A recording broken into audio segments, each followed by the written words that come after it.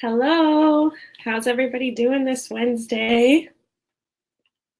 I'm just going to give a few minutes for people to sign in and share this that I'm going live before I get started. It is hump day. Week is more than halfway over, you guys. That's reason enough to celebrate, right? And if you are tuning in, chances are you've got a travel bug just like I do. So hopefully this will be a nice daydreaming break from the daily grind for you. Because today, in honor of the long weekend that's coming up, which is Labor Day weekend, I am going to talk about weekend getaways. We're going to talk about long weekends that are coming up that you can start planning for because it's a little late possibly for you to plan for this upcoming Labor Day weekend. And we're going to talk about how to narrow it down by location. We're going to mention our personal favorite weekend getaways and then finalize that by telling you how to get started planning your next weekend getaway. So let me quickly share this. And if you share, I would really appreciate that. Give us a like or a love to tell us you're tuning in. And just so we can keep going, just stay motivated. Even though we love this, especially I do. So I'm going to just type this in real quick.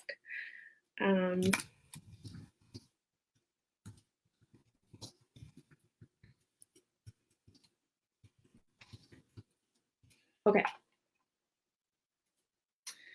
All right. So, like I said, Labor Day weekend's coming up. I know a lot of my friends are either in the military or possibly work for the federal government. So you probably get the typical federal government weekend, 3-day weekends that are allotted for federal holidays.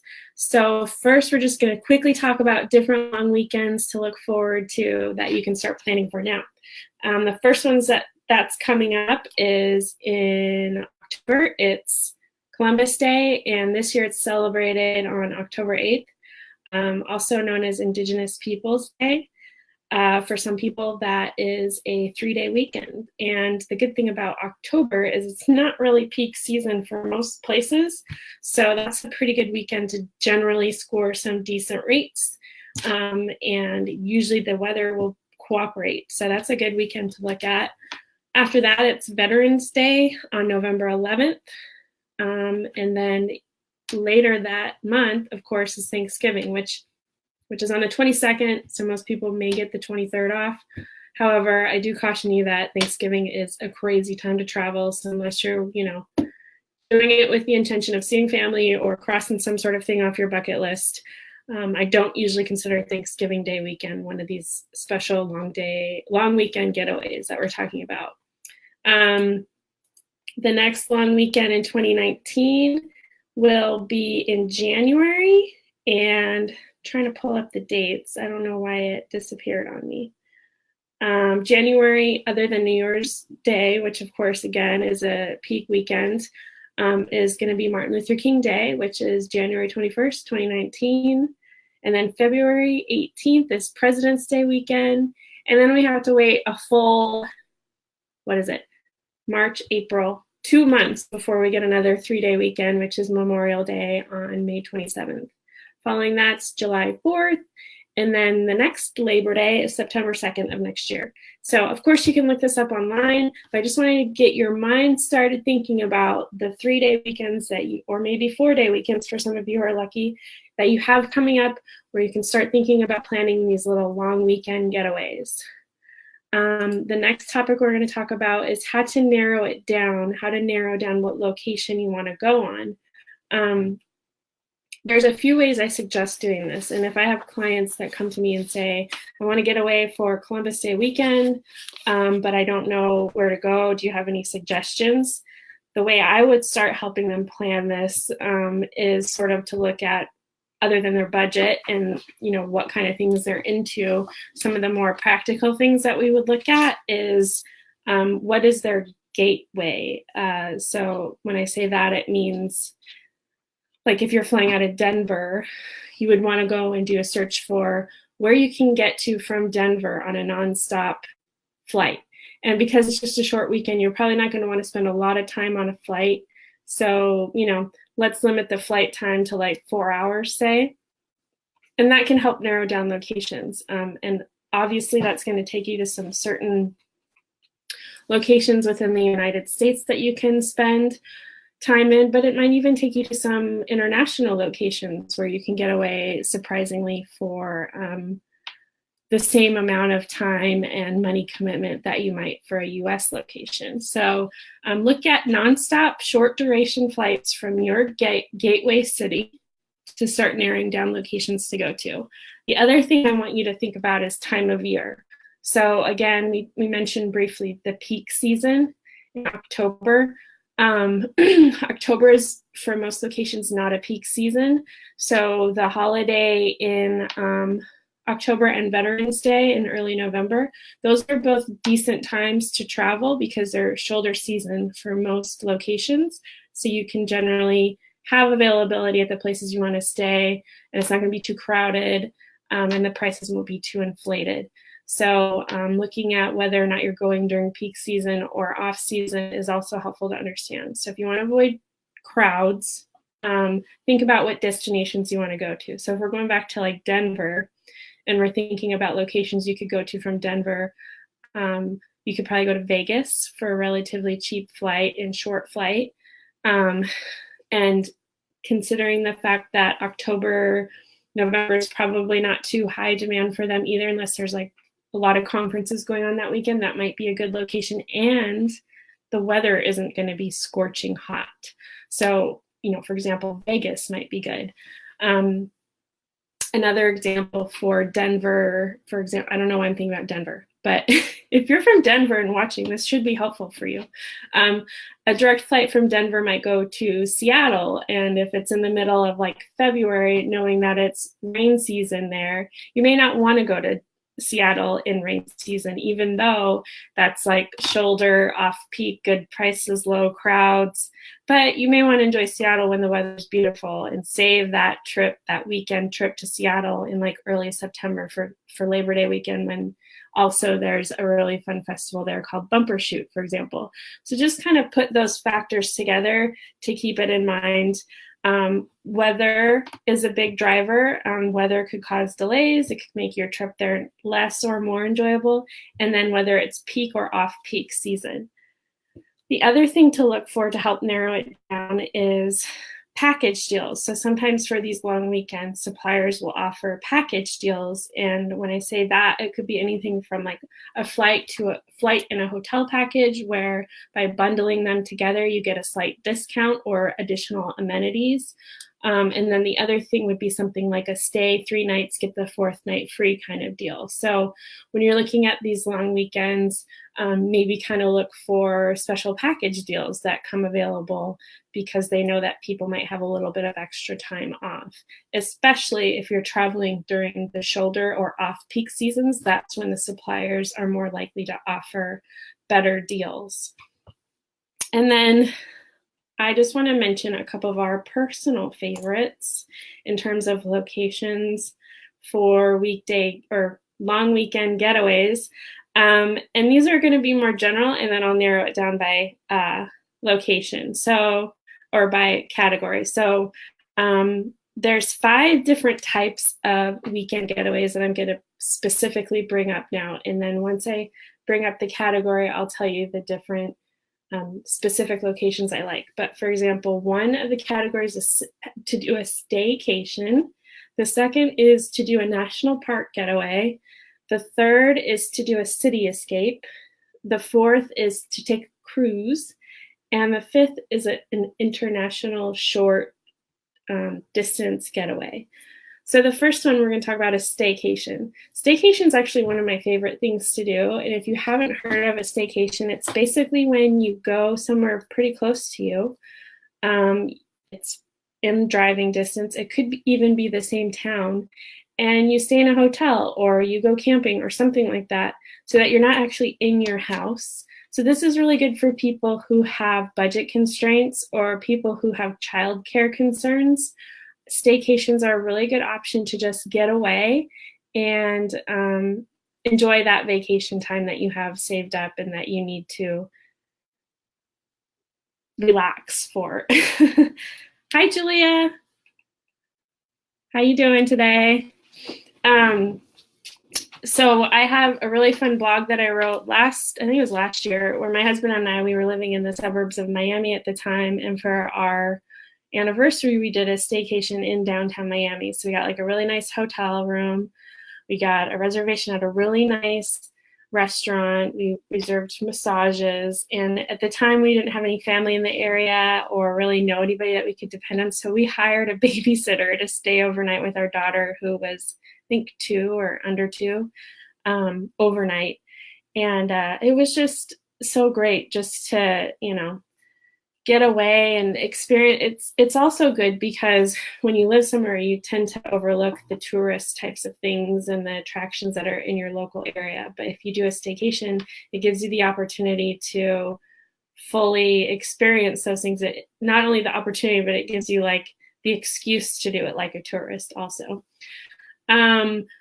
So that's sort of an example of a staycation. The other thing I mentioned, category 2, is a national park getaway. So there's so many beautiful national parks in our country. It's one of our crowning jewel achievements, if you ask me, that we have this robust and well done national park system, not to mention state parks as well. But a long weekend getaway to a national park is a really nice way to take advantage of the long weekends that you have. And again, I'd ask you to sort of think about the things that we talked about before in terms of getaway, like gateways, how far it is, and then also the peak seasons. So for example, Glacier National Park isn't really going to be accessible. Most of it's not going to be accessible in the winter because a lot of the roads will be closed down for weather conditions. So going to a place like Glacier National Park in the summer is probably more feasible than some of the shoulder seasons even. And you also may not want to go to Death Valley, California, right in the middle of the summer, just because it's going to be really, really hot.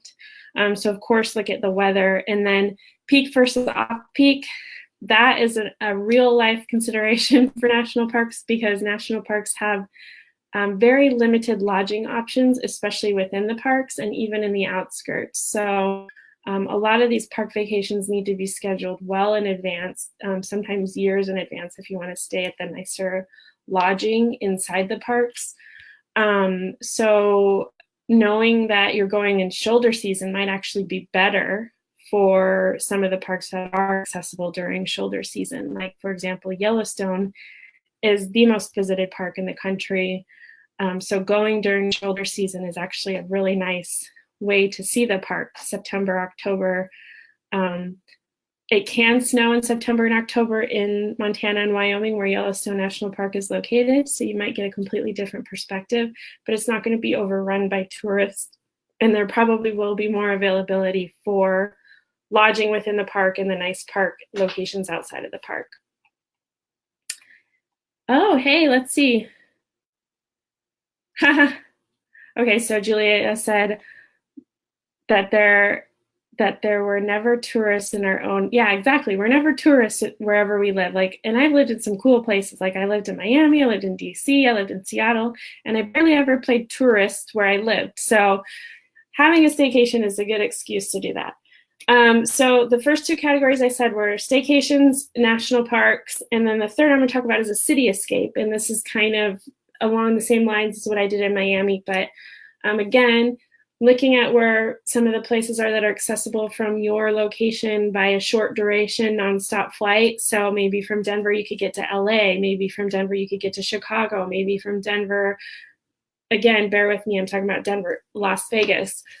Doing these city escapes are really fun on short weekends too, because cities can be expensive. So keeping the days limited to just a few saves on potentially expensive hotel bills.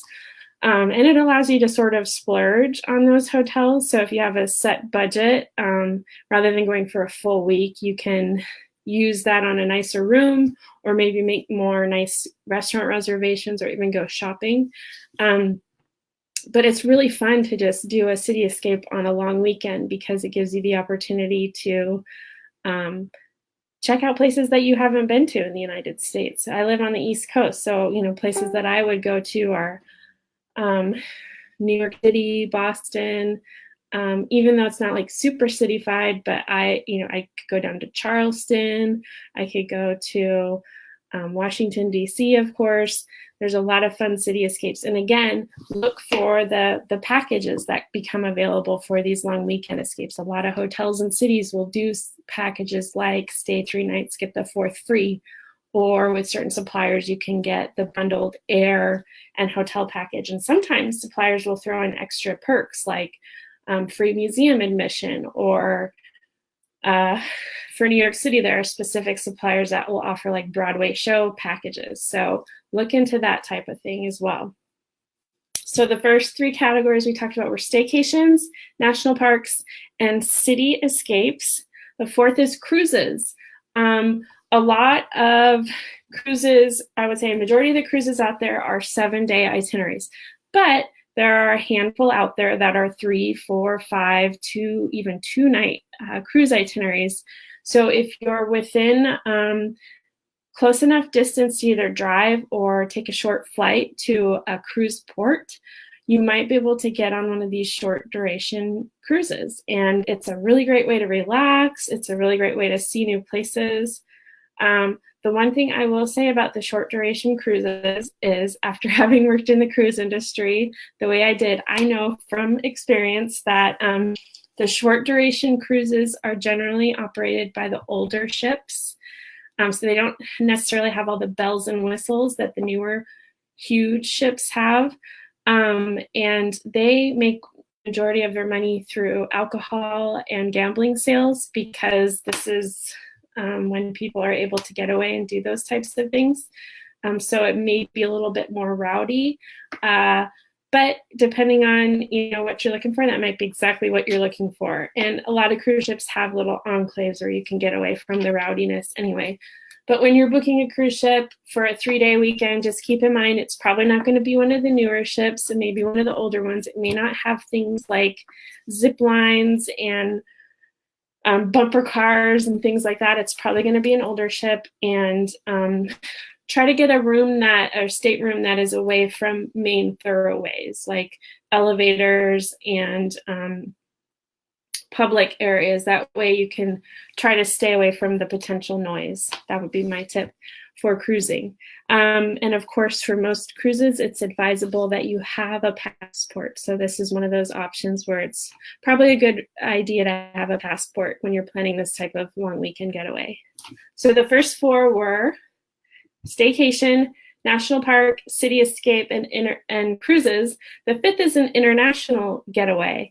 And I like this particularly for cities who have direct flights that are sort of short duration to international gateways, which of course the most obvious that come to mind for US people are locations in Mexico, Caribbean, or Canada.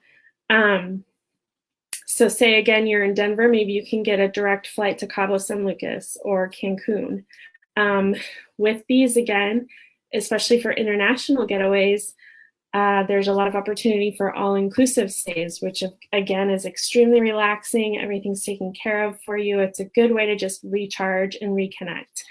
And for those types of things, you're going to want to look for those package deals, whether it's a hotel flight deal or whether it's a stay 3 days, get the 4th night free kind of deal.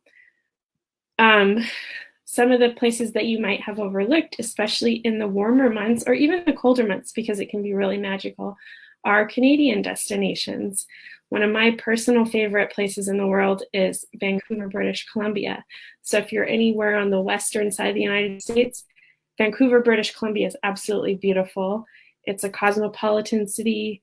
It's surrounded by just gorgeous natural surroundings like mountains and water. It's got a really great population of different ethnicities, so it's got great food, a lot of culture. And then nearby is a place called Victoria, British Columbia, which is like stepping in some sort of English town with cobblestone streets. It's kind of like a European vortex inside of Canada. And then on the other side of Canada, of course, there's really cool places like Quebec City, which is very French and European with cobblestone streets. And then, of course, there's Montreal, Toronto, and then even in the middle of Canada, you've got some fun places like Calgary. So don't forget Canada. Canada's got a whole lot going on. And then, of course, the Mexico and the Caribbean. So that's sort of my spiel on taking advantages of long weekends. I hope you remember that there are several coming up in the next year. And the final thing that I want to remind you is how to get started. And the best way to get started is to talk to your trusted travel advisor. And within Kinship Vacations, we've got 4 really great travel advisors who are ready to assist you with any type of long weekend getaway that you want to take. The cool thing is we're all military spouses and we've lived all over the place. So between the 4 of us and our vast network of travel industry colleagues, if we haven't personally been to a location, we know someone who has, so we can help you to navigate the best places to stay, the best things to do, the best restaurants to eat in, the best shows to catch, the best bars to have a drink at. However you want to do your vacation, we will customize that to your vision of a long weekend experience. So if you want to get started on that, go to our website at www.kinshipvacations.com and start filling out our trip planning form. And I'll put the link for that in the comments here. But for now, if you go to our website and then go to plan a trip, click on that, it's in the top. Double click on it, it'll take you to our trip planning form and you can get started. So thank you guys so much for tuning in today. I'd love to hear your thoughts on your favorite weekend getaways. I have so many that I've loved over the years. The US is so huge. There's so much to see here. Most Americans haven't even explored 25% of it. I still have 1 state left out of all the 50 that I need to see. So I'm making it my mission to continue to explore the United States. And then, of course, our neighboring countries are also just amazingly diverse and really cool that we can easily access them with today's technology and availability of flights and logistics. So thank you for tuning in, and I hope you guys have a good week, and I will see you next week. I don't know the topic yet, but again, thanks for tuning in, and I appreciate you continuing to support our business. Have a good week, everyone. Bye.